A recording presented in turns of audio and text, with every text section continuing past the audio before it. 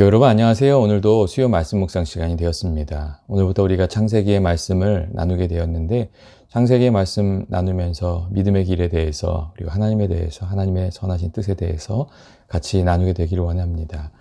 오늘 우리가 같이 나눌 말씀은 창세기 1장 1절부터 5절까지 말씀, 그리고 31절의 말씀입니다. 제가 읽어드리도록 하겠습니다. 태초에 하나님이 천지를 창조하시니라. 땅이 혼돈하고 공허하며 흑암이 깊음 위에 있고 하나님의 영은 수면 위에 운행하시니라. 하나님이 이르시되 빛이 있으라 하시니 빛이 있었고 빛이 하나님이 보시기에 좋았더라. 하나님이 빛과 어둠을 나누사 하나님이 빛을 낮이라 부르시고 어둠을 밤이라 부르시니라. 저녁이 되고 아침이 되니 이는 첫째 날이니라. 31절입니다. 하나님이 지으신 그 모든 것을 보시니 보시기에 심히 좋았더라. 저녁이 되고 아침이 되니 이는 여섯째 날이니라. 아멘. 교회 여러분, 오늘부터 우리가 창세기의 말씀을 같이 나누게 되었습니다. 이 창세기는 어떤 책입니까? 창세기는 모든 것의 시작을 알려주는 책입니다. 창세기는 우리가 궁금해하는 인간의 근원적인 문제들에 대해서 신앙적인 답을 우리에게 던져주고 있습니다. 창세기에는 창조의 문제, 인간 존재의 문제, 죄의 타락, 재난, 그리고 구원과 같은 문제들에 대한 답이 이렇게 나오고 있습니다.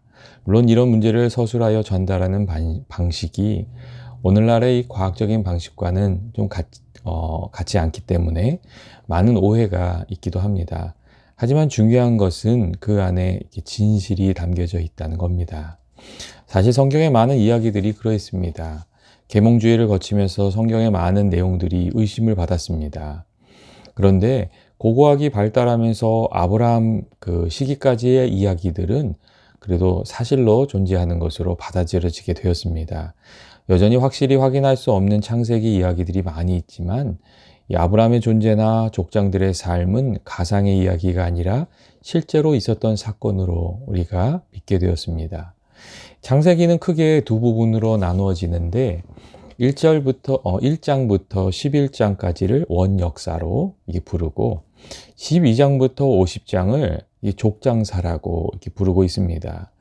1장부터 11장이 원역사에는 먼저 말씀드린 대로 우리가 궁금해하는 모든 일의 기원에 대한 내용들이 나옵니다.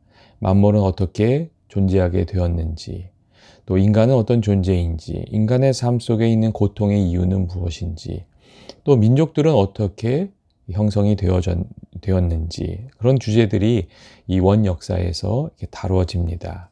그리고 12장부터 50장 이 족장사에서는 타락한 세상을 변화시키고 구원하기 위해서 하나님께서 어떤 일을 시작하셨는지, 하나님께서 어떻게 믿음의 백성들을 선택하시고 그 믿음의 역사가, 구원의 역사가 시작되게 하셨는지를 이렇게 말해주고 있습니다.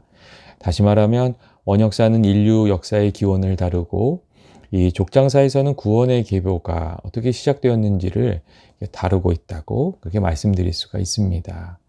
그렇다면 창세기의 말씀은 어떻게 시작하고 있습니까?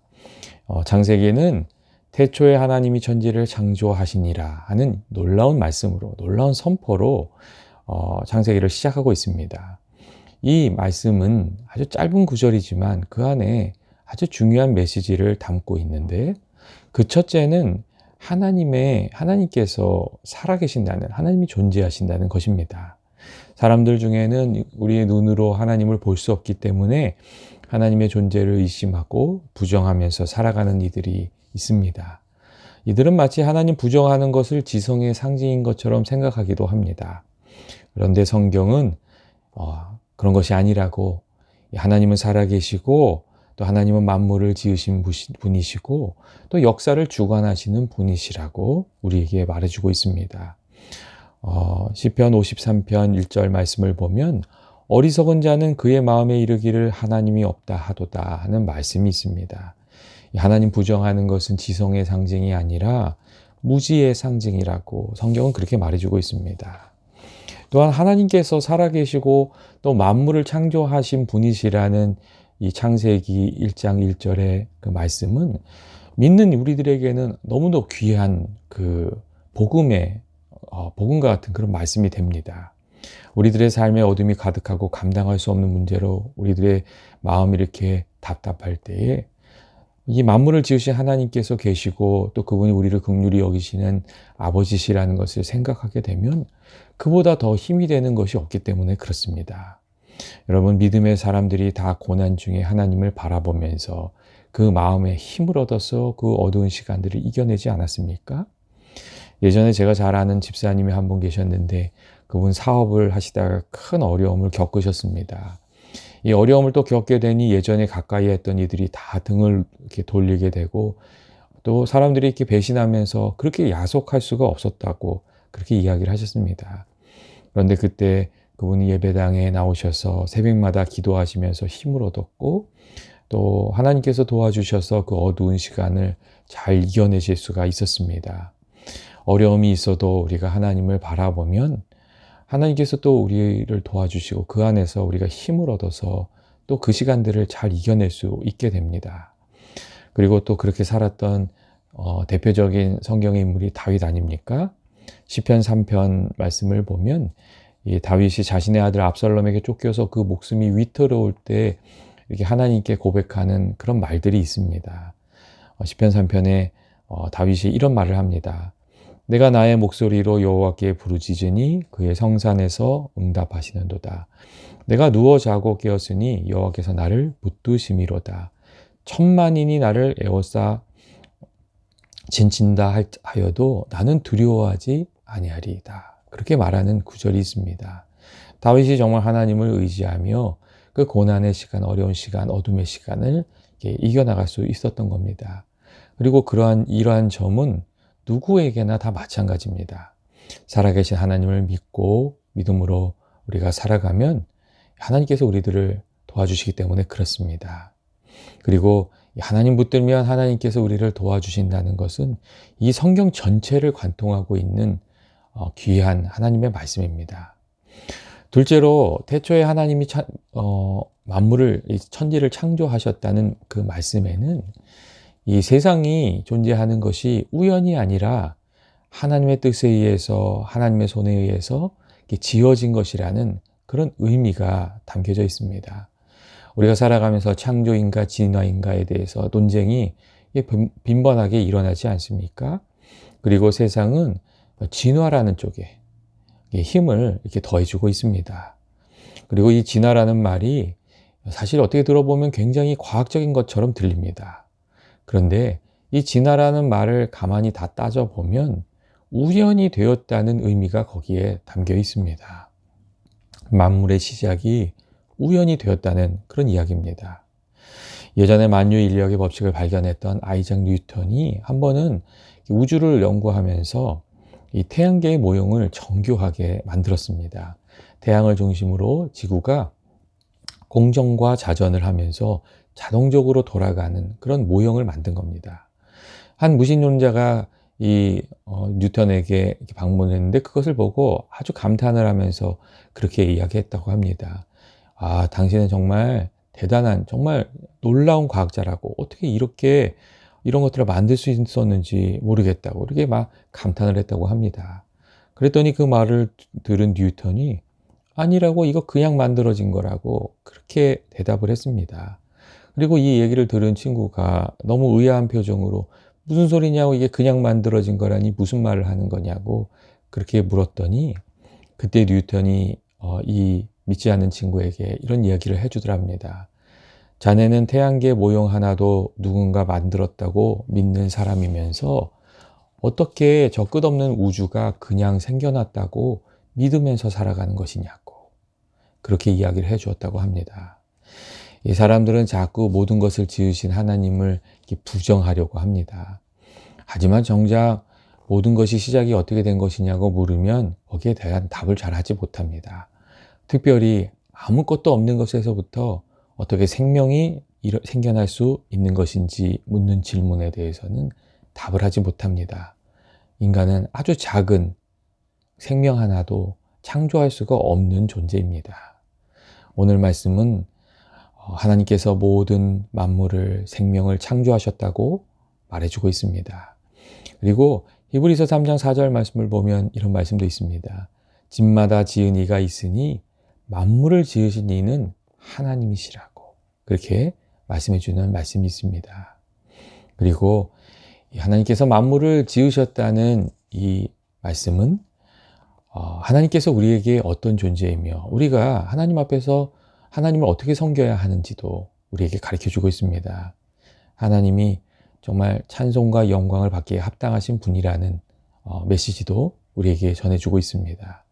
때때로 우리들은 하나님이 얼마나 크고 놀라우신 분인지를 잊어버리는 경우가 있습니다. 수많은 피조물 중에 아주 작고 적은 존재인 인간이 이 만물을 지으신 하나님 앞에서 너무나도 교만하고 무책임한 모습을 가질 때가 많습니다. 어떤 이는 자기 마음에 들지 않으면 이게 하나님을 막 삿대질하고 책망하고 꾸짖는 이도 있습니다. 그런데 우리가 정말 하나님께서 만물을 지으신 분이시라는 사실을 깨닫게 되면 하나님한테 그렇게 할 수가 없습니다. 하나님은 우리의 연구 대상도 아니고 화풀이 대상도 아니고 하나님은 경배와 찬양의 대상이고 또 우리의 순종과 또 감격의 대상입니다. 감히 쳐다볼 수 없는 태양을 만드신 분도 하나님이시고 우리가 계산할 수 없는 그 광활한 우주를 만드신 분도 하나님이시고 또 지극히 작은 인간의 몸을 입고 우리에게 찾아오신 분도 하나님이십니다. 우리가 이런 하나님을 알게 되면 하나님 앞에서 우리가 함부로 행동할 수 없고 또 하나님을 참되게 섬기게 됩니다. 그리고 우리가 하나님 앞에서 바른 자세를 가지게 될 때 하나님께서 주시는 은혜도 우리가 누리면서 살아가게 됩니다. 태초에 하나님이 천지를 창조하셨다는 말씀은 우리가 하나님 앞에서 어떤 모습이어야 하는가 하는 것을 깨우쳐주는 귀한 말씀이라고 할 수 있습니다.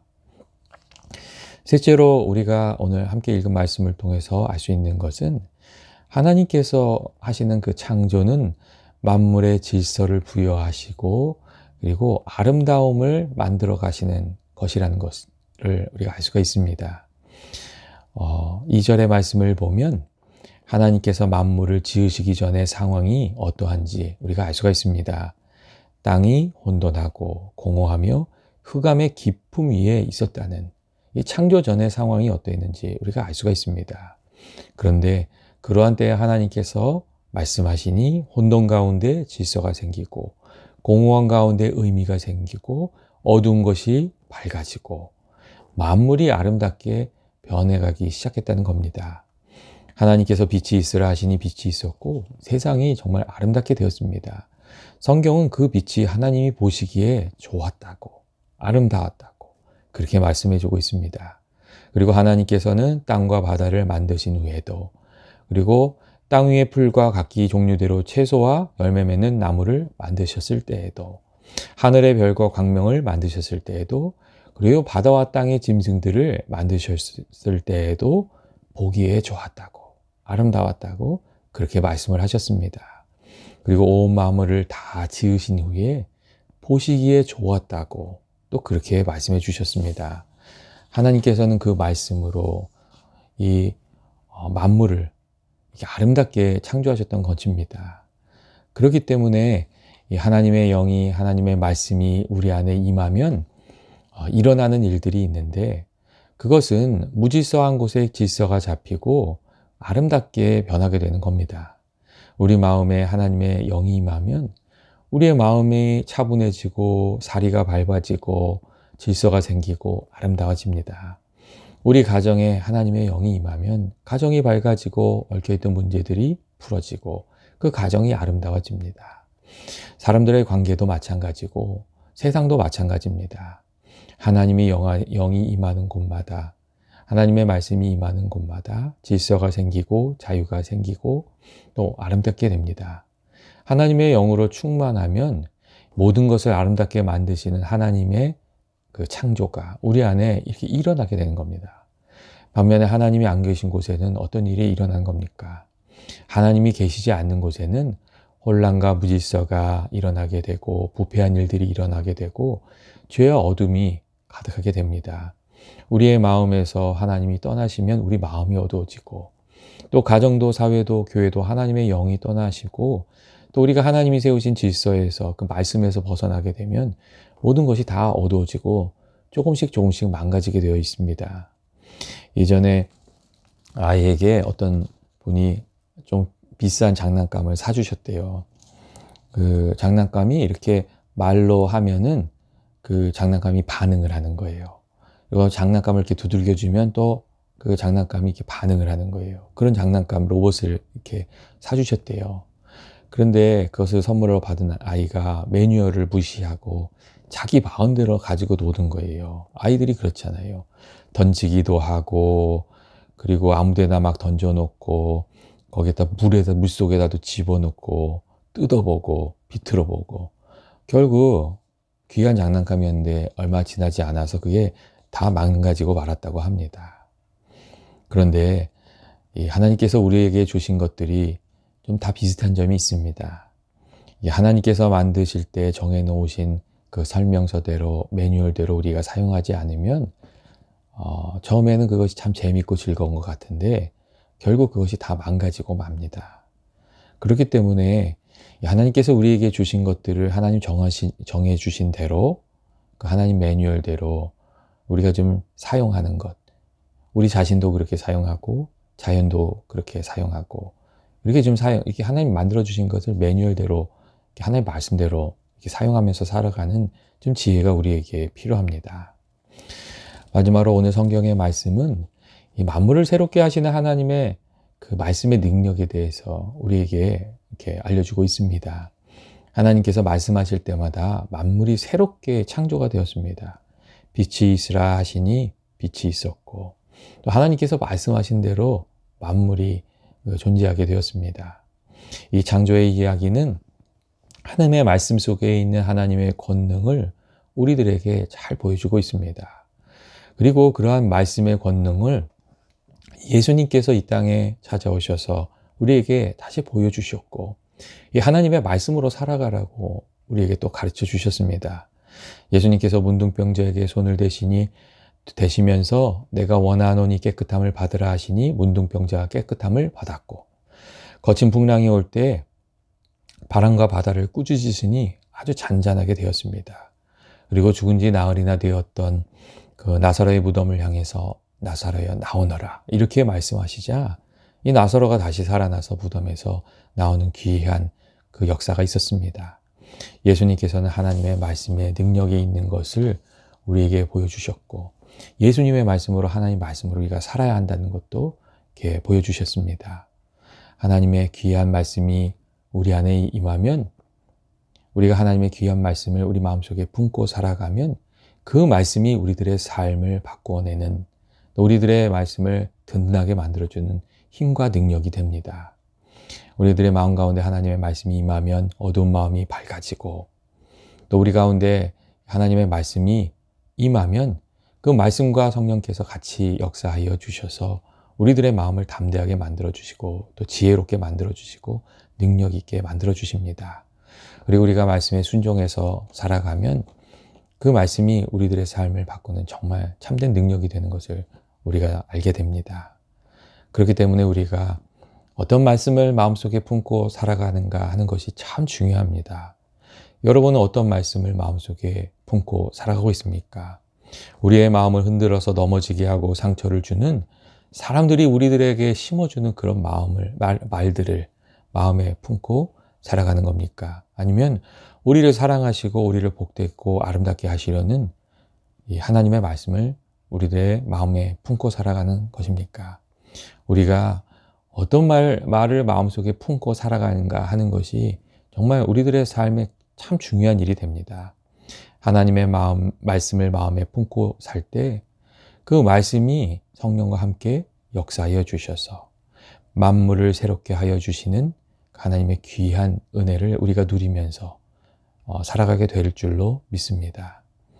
그런데 너무 안타까운 것들은 많은 사람들이 하나님의 말씀이 아니라 우리를 정죄하고 부정하고 우리의 믿음을 빼앗아가려는 세상의 말을 자꾸 마음속에 품고 살아가려고 살아가는 그런 점이라고 생각을 합니다. 오늘 우리가 함께 읽은 그 창조의 이야기는 단순히 세상이 어떻게 지어졌는가, 어떻게 만들어졌는가 하는 것을 말해주고 우리들의 호기심을 풀어주기 위한 그런 말씀이 아닙니다. 오늘 우리가 함께 읽은 이 창조의 말씀은 모든 만물 뒤에 그것을 지으신 하나님이 계시고 또 만물을 창조하신 하나님을 좀 참되게 섬기면서 살아가는 것이 인생의 바른 길이라는 것을 말해주고 있습니다. 우리가 어떻게 하나님을 섬기면서 살아가면 좋겠습니까? 우리가 어떤 상황이 되든지 하나님을 늘 하나님으로 이렇게 높이면서 살아가고 하나님 기뻐하시는 뜻을 따라서 하나님을 섬기면서 살아가고 그리고 주님의 말씀을 우리 마음속에 귀한 말씀으로 늘 품고 살아가는 저와 여러분 되시기를 원합니다.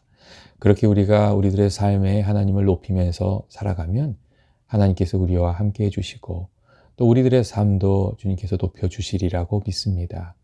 올 한 해 하나님을 높이면서 하나님을 인정하면서 그리고 하나님 말씀을 의지하면서 살아가기에 하나님이 주시는 복을 풍성히 누리면서 살아가는 저와 여러분 되시길 원합니다. 이 시간 같이 기도하겠습니다. 사랑과 은혜가 많으신 하나님 아버지, 오늘부터 우리가 창세기의 말씀을 함께 나누게 되었습니다. 저희가 창세기의 말씀을 나누는 중에 하나님을 더욱 깊이 알게 되길 원합니다. 말씀을 통해서 하나님이 기뻐하시는 그 뜻과 하나님의 마음과 우리를 향한 하나님의 소망을 알게 해주시고 우리가 더욱 하나님을 신실하게 섬기며 살아가는 주의 백성이 되게 하여 주옵소서.